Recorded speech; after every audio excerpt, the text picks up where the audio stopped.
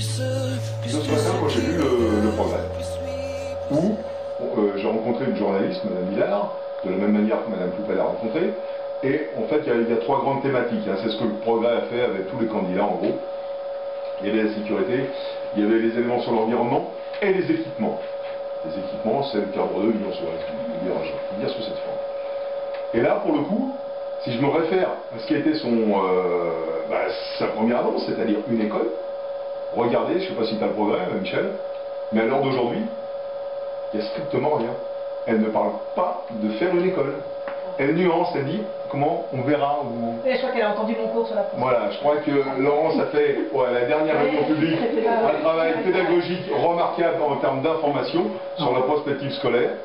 Et alors là, ça a dû un peu les désorienter, parce qu'à l'heure d'aujourd'hui, vous pourrez regarder le Progrès, elle dit on verra. Elle suppose. Si nécessaire. Après, dans cette partie, quand on parle d'équipement, il y a un deuxième point, me permettez de revenir là-dessus, parce que autant pour l'école, les bras nous en sont tombés, mais alors quand on nous a annoncé sur un papier glacé en triptyque qu'on allait faire un parking souterrain de 200 places à Corba, il va sans dire que là on était ensemble, on était chez moi, je me souviens, on travaillait un samedi après-midi, et là on s'est regardé tous les deux. Quand même qu'une salle, comme vous dites, manque à Corba, parce que comme vous dites, la population augmente.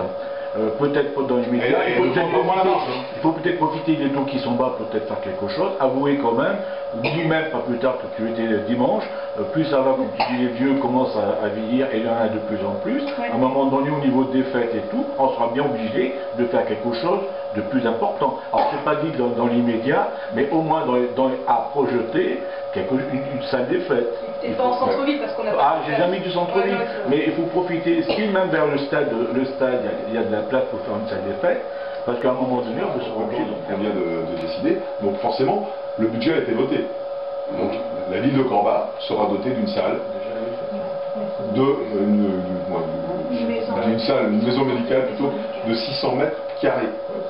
C'est pas anodin quand même. Pourquoi ? Pourquoi ? Les raisons, vous les connaissez certainement aussi bien que moi. Parce qu'on a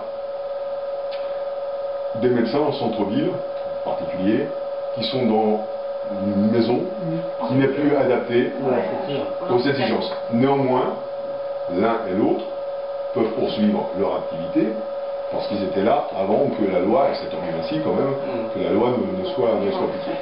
Maintenant, ce que nous savons, c'est que les jeunes médecins, ils ne veulent plus avoir les contraintes que leurs aînés avaient.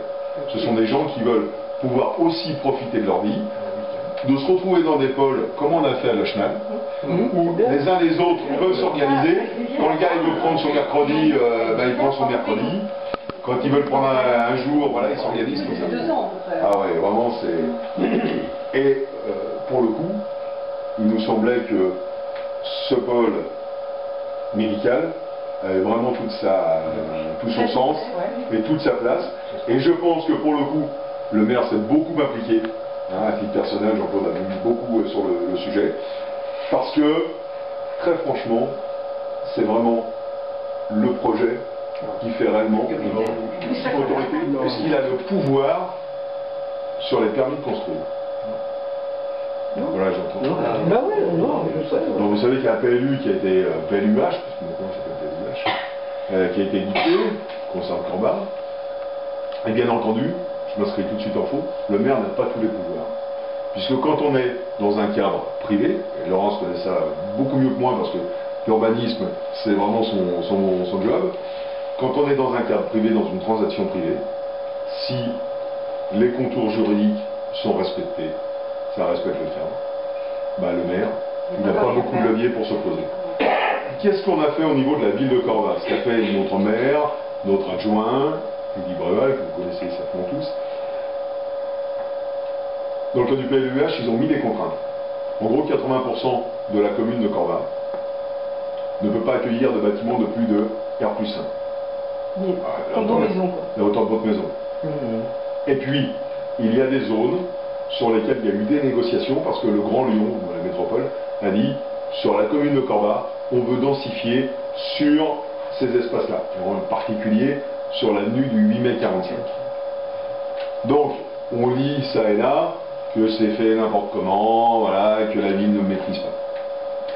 je m'inscris là encore en faux, parce qu'il y a des gens de la métropole, des architectes paysagers, qui travaillent sur le projet pour avoir une cohérence. Et la cohérence, elle est là. Mais par contre, c'est vrai que sur cette rue, il y a une forte demande.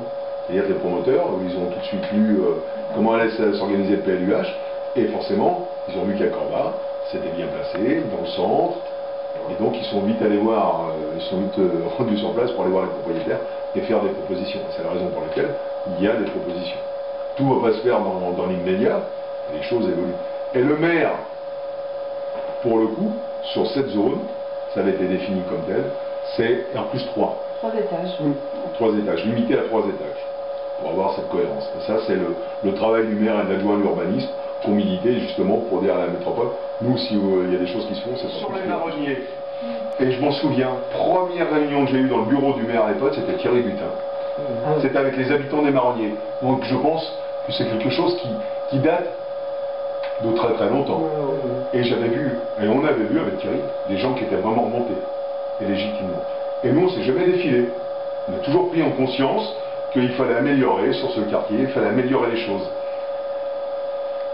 On a obtenu, et je pense qu'il n'y a pas beaucoup de villes qui obtiennent ça de leurs bailleurs, on a obtenu le SEMCODA, parce qu'il y avait des gamins effectivement qui montaient, qui squattaient dans les allées, qui mettaient un peu le péril dans les caves et tout. On a quand même obtenu du bailleur qu'il investisse en caméra, en vidéosurveillance dans son propre immeuble, qui repense les caves, ils ont repensé les systèmes de fermeture des caves, tout ça, ça leur a coûté de l'argent. Mais avec le maire, on n'a jamais lâché, on a obtenu. Et très franchement, moi j'ai rencontré les gens, ils sont heureux d'être là, je sais pas qui veut le souligner. Il y a un épisode, moi je ne me cache pas la face, parce que cet épisode je l'ai vécu et enduré à titre personnel. C'était quand il y a eu la Coupe d'Afrique des Nations, avec l'Algérie qui a fait son parcours. Ça a dégénéré dans toutes les villes. Chez nous aussi. Ça a été une soirée, 2 soirées de galère, mais alors absolument... Et là, si j'ai la chance d'être élu dans 8 jours, moi j'ai ça en tête depuis le mois de juillet, franchement. On avait donné des directives, à la fois à la police municipale, à reporter la gendarmerie, qui est donné. Je ne suis pas certain que l'organisation a été formidable pour pouvoir contrer ça et tuer dans l'œuf tout ça.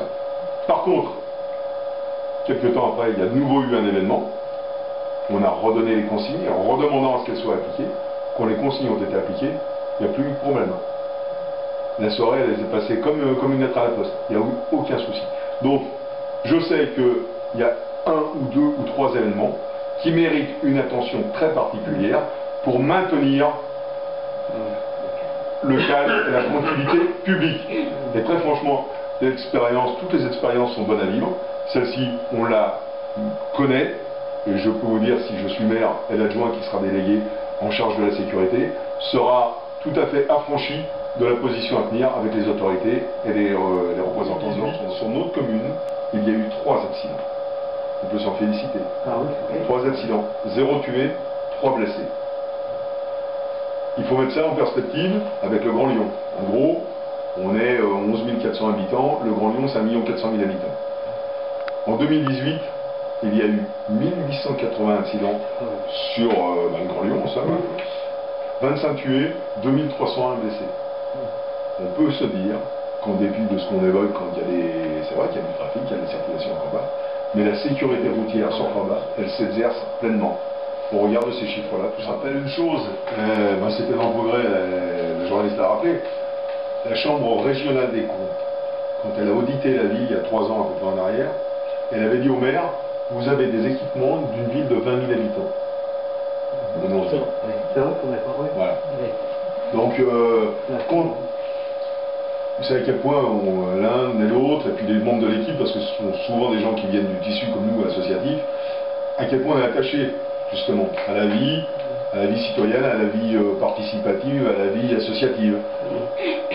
Quand on voit tout ce qu'il y a en termes de clubs sportifs, d'associations culturelles, musicales, je ne sais même pas, Claude l'a dit tout à l'heure, il y a même une assoce qui, pour apprendre à faire à manger, j'ignorais, ça existe à Corba. Ah oui, voilà. Des jardins pour enfants.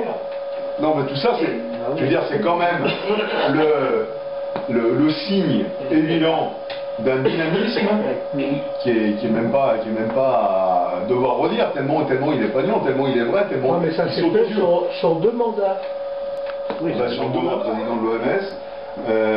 C'était au début du mandat en plus. On a le Tibet.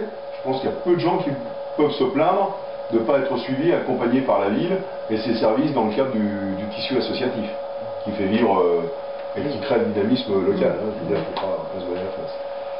Mais quand je vois ça, moi, c'est... Quand on va à la rétrospective de ce qu'a fait Madame Coste, c'est là où on est même étonné de tout ce qui se passe sur Confort, parce qu'ils mettent très peu de temps entre chaque... parce qu'ils n'ont pas... tellement il y a de choses que...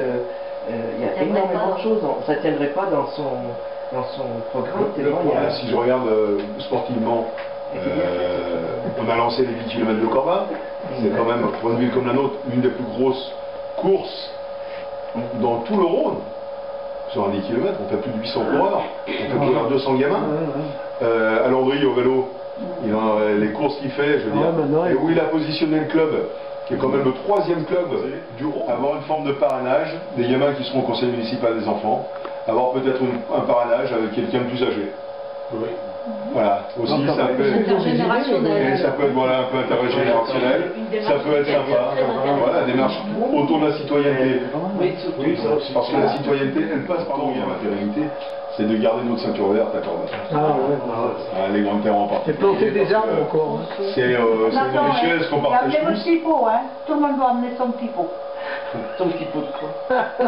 Plante.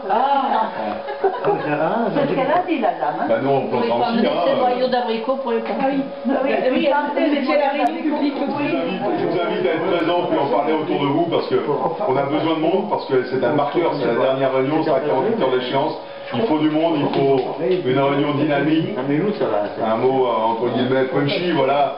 On a besoin de monde, donc soyez présents. J'ai vu un peu les gens qui se détachaient dans la liste en face. J'en connais un certain nombre. Je ne suis pas certain qu'en termes de qualité, à la fois technique par rapport à ce qu'on attend en termes de mandat, et même humaine, on soit tout à fait sur le même niveau. Très franchement. Aussi en termes de valeur. Mais bon, après, je ne veux pas me prononcer plus avant sur le sujet. Simplement vous dire, on compte sur vous.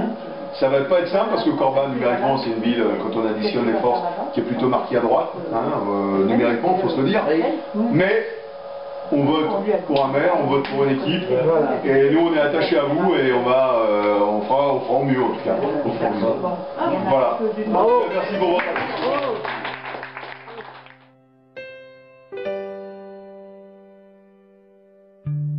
Toi, plus moi, plus eux, plus tous ceux qui le veulent, plus lui, plus elle, et tous ceux qui sont seuls, allez, venez.